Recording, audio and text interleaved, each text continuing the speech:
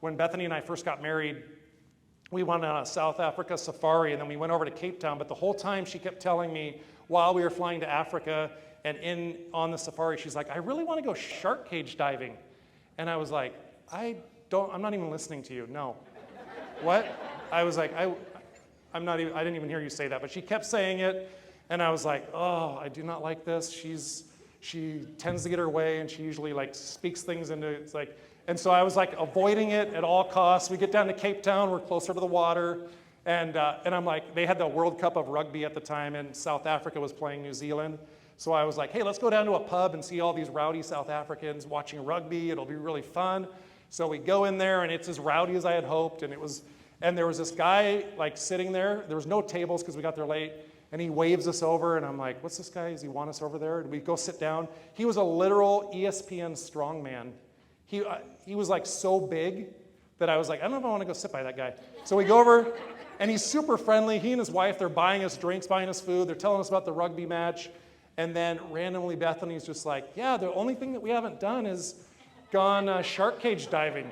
And I'm just like, whatever. And the lady goes, oh, I'm a travel agent. I can book that for you right now. And I'm just like, no, we're leaving. And literally, it's like 10 o'clock at night, and she goes, oh, I can book that for you. They have a pickup. They'll do it tomorrow. They pick you up at 4 a.m. It's a 2-hour drive over to the other side of Indian Ocean. And I'm just like, no. So we end up going because I'm just like, all right, I just signed up for the adventure life being married to Bethany. Let's just go. So to top it off, this is all, I think it's going to make a point at some point. It's just, the point is just, you just say yes and go. I'm terrified. I like water. I like doing everything in the ocean, all that stuff, but I really don't like the idea of being trapped in a cage on the side of a boat with great whites hitting the side. I mean, some people like that. So we get on the boat.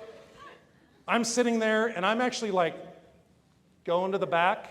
They're all crowded because they're like, who's going first? Okay, let's get these people in. And they lift up what I call the coffin. It's the top of on the cage. And they only lift up one side, and I'm standing there like trying to be really small, but I'm bigger, taller than everyone. And they're like, you, sir, you go first and get in. And I'm like, you have got to be, and I'm like newly married to Bethany, and I'm like, okay, my wheels all tie up. So I get in, of course, the first one, and I go all the way to the end, and I'm literally like visualizing, I'm like, okay, if this sinks into the ocean, I'll just have to kill everyone to get out, and I'll save Bethany. Like I'm planning it out like a SEAL. I'm like, I know how to get out of this thing. So anyways, it was amazing, but the funniest thing, like I feel like it was God teaching me a breakthrough fear lesson because I get out, we get all done. The next group that goes in, they lift the whole cage out.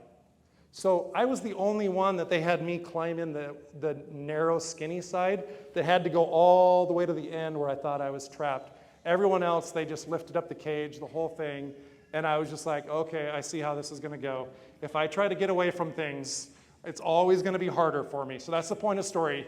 If you're supposed to go through things, trust me, God will show you a way and make it harder for you if you try to avoid the hard way, okay?